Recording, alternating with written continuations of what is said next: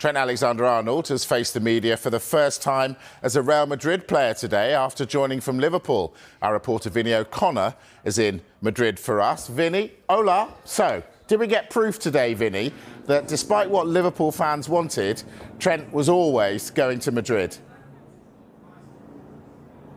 If not absolute confirmation, there was certainly a very big hint, wasn't there? And up until that point, everything had been proceeding as expected, really. He'd been accompanied by his partner, his parents and his brothers. They'd had photos taken in front of the 15 European Cups with Real Madrid president Florentino Perez. The shirt shot as well with 12 on the back, and Trent, it won't be Alexander-Arnold on the back of that Real Madrid shirt for him, again with the Real Madrid president, before Florentino Perez then introduced Trent Alexander-Arnold to a room full of dignitaries as well. And that's where things changed a little bit. Something quite unexpected. Certainly we weren't expecting it, sat there in the media room as Trent Alexander-Arnold gave his opening address as a Real Madrid player in fluent Spanish. This doesn't happen every day. It's a dream come true. I'm very happy and proud to be here.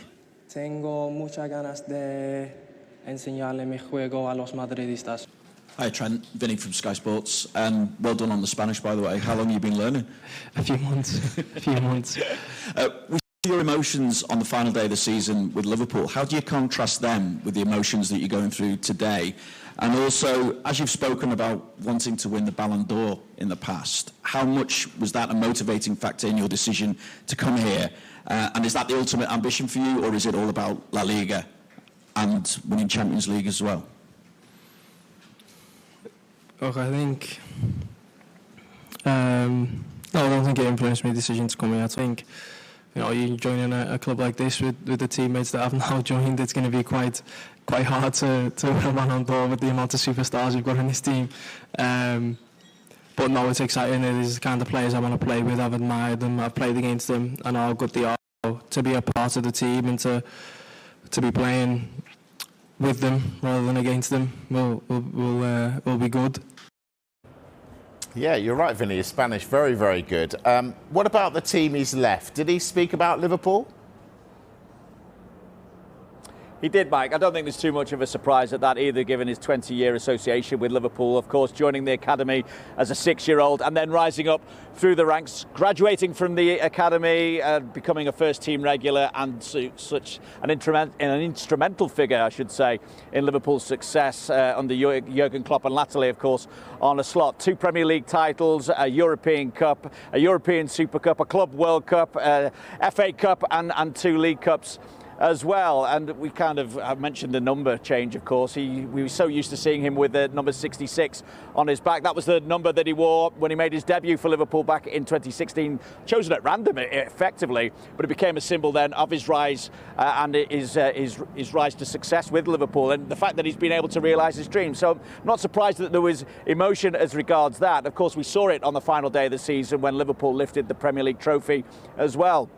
There were tears from Trent Alexander-Arnold, tears from his family in front of the cup. But he is happy in the decision that he's made.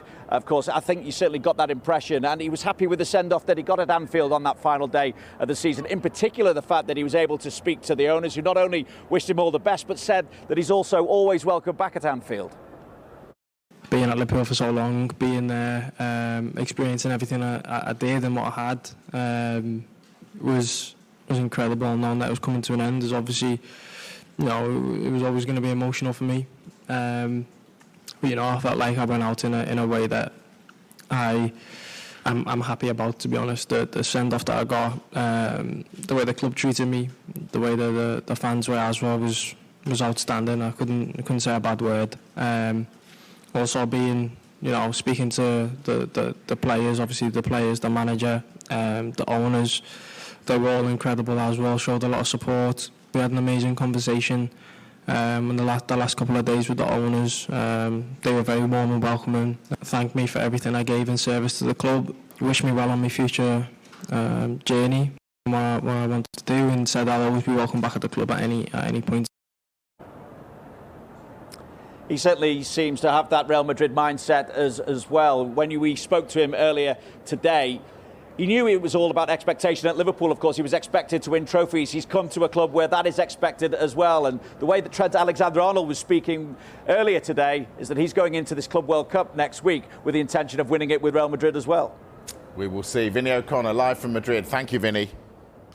Now, Manchester United have completed the £62.5 million signing of Matheus Cunha from Wolves. The clubs confirmed the deal earlier this month, subject to visa and registration clearance. That's been sorted, and the Brazil forward has signed a contract until 2030 with an option of an extra year. And this is what he's had to say about it. It's hard to put into words my feelings about becoming a Manchester United player. Ever since I was a child in Brazil watching Premier League games on TV at my grandmother's house, United was my favourite English team, and I dreamed of wearing the red shirt. I want to thank my family and everyone who has helped me make that dream a reality. So, Cunha said he dreamt of wearing that red shirt, and in his signing pictures, he posed with United's new home kit for next season, which the club released today. Well, Cunha was with United's Director of Football, Jason Wilcox, there, who said this: "Bringing in Matheus was one of our main priorities this summer, so we're delighted to have completed his signing so early in the window. He's proved his ability to succeed in the Premier League as one of the most exciting and productive forwards in England during his time at Wolves, and before that in Spain and Germany. He has all the qualities we're looking for as we seek to build a strong, dynamic and entertaining team capable of challenging for the biggest honours." Well, if his last season was anything to go by, Cunha will certainly bring entertainment to Old Trafford. Speaking of entertainers, Kevin De Bruyne has completed his move to Napoli following the end of his contract with Manchester City. De Bruyne met the Napoli president, Aurelio De Laurentiis, to finalise his move. The player pictured arriving in Rome today to complete that move on an initial 2-year deal. Napoli will have an option to extend his stay by a further year. Well, Sky Italy reporter Gianluca Di Marzio filmed the huge turnout of fans who saw De Bruyne arrive for his medical. It was there that Napoli's president met him to complete the formalities of the deal. Now, Manchester City's summer spending is showing no sign of stopping. After signing Ryan Cherki, Tijani Reinders and Marco Bettinelli this week, today they've agreed a deal to sign Sverre Nypan from Rosenborg. The deal for the 18-year-old midfielder is worth £12.5 million, and City are offering a 5-year contract. Nypan is a Norway under-21 international and has scored 14 goals and provided 11 assists in 62 games for Rosenborg. Milan are exploring the conditions of a potential deal for the Arsenal left-back Alexander Zinchenko, according to Sky in Italy. The 28-year-old has a year left on his contracts, and Sky in Italy is reporting that his wages are a potential obstacle for the deal being completed. Well, the signing of Reinders takes City's spending since the turn of the year to £292.4 million, nearly 3 times more than the next biggest spenders in the Premier League, which is Chelsea. City's sum is more than £200 million above that of Manchester United. And their spending could continue too. They're in advanced negotiations with Rosenborg for teenager Sverre Nypan. Nypan visited top clubs in Europe during the January transfer window amid interest from Arsenal and Aston Villa, as well as City, which is where he's decided to head, it seems. The 18-year-old decided to delay his transfer until the summer. Villa had progressed in talks for the attacking midfielder, but it does seem as though it's City who are closing in on his signing. Sporting president Federico Varandas has denied there's a gentleman's agreement to let Victor Gyökeres leave the club for £59 million this summer. Manchester United have made approaches for Gyökeres through intermediaries, while Arsenal are also interested. Reports in Portugal claim Gyökeres has told Sporting he won't play for them again because he feels disappointed they've not kept their promise. Sporting president Varandas says he's guaranteed Gyökeres he can leave for less than his release clause, but made clear there will be an open negotiation for the 27-year-old who scored 54 times in 52 games for Sporting last season. Well, speaking this morning, Varandas said, "I can guarantee that Victor Gyökeres will not leave for €60 million plus €10 million because I never promised that." To this day, Sporting has not received an offer for Gyökeres, neither today or last summer. What was agreed in that meeting? that Sporting would not demand the release clause this summer.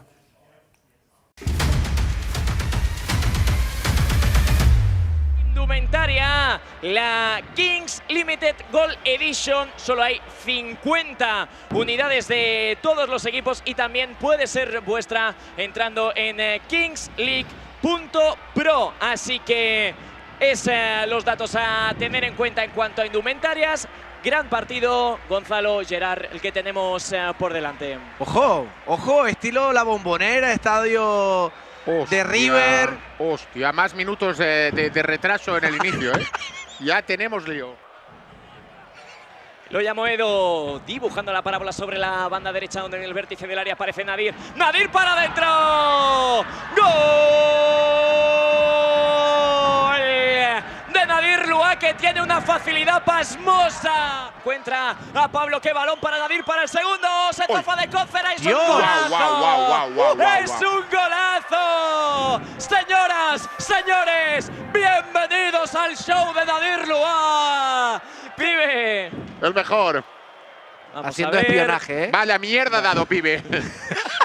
Va, ya te puedes ir a la cúpula a comer, va. Tiene que salir Cócera para entregar hacia el centro. Se la regala Coy, le puede pegar Coy para adentro.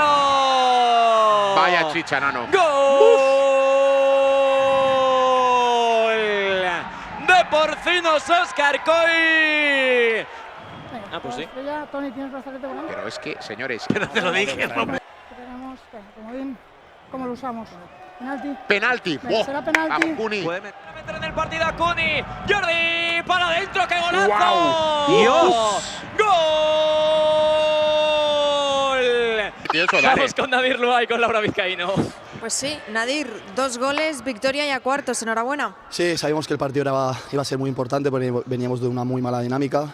El equipo ha estado bien, sufríamos defensivamente y creo que hemos estado muy juntitos. Y nada, primer objetivo cumplido. Os espera Science, rival complicado, imagino.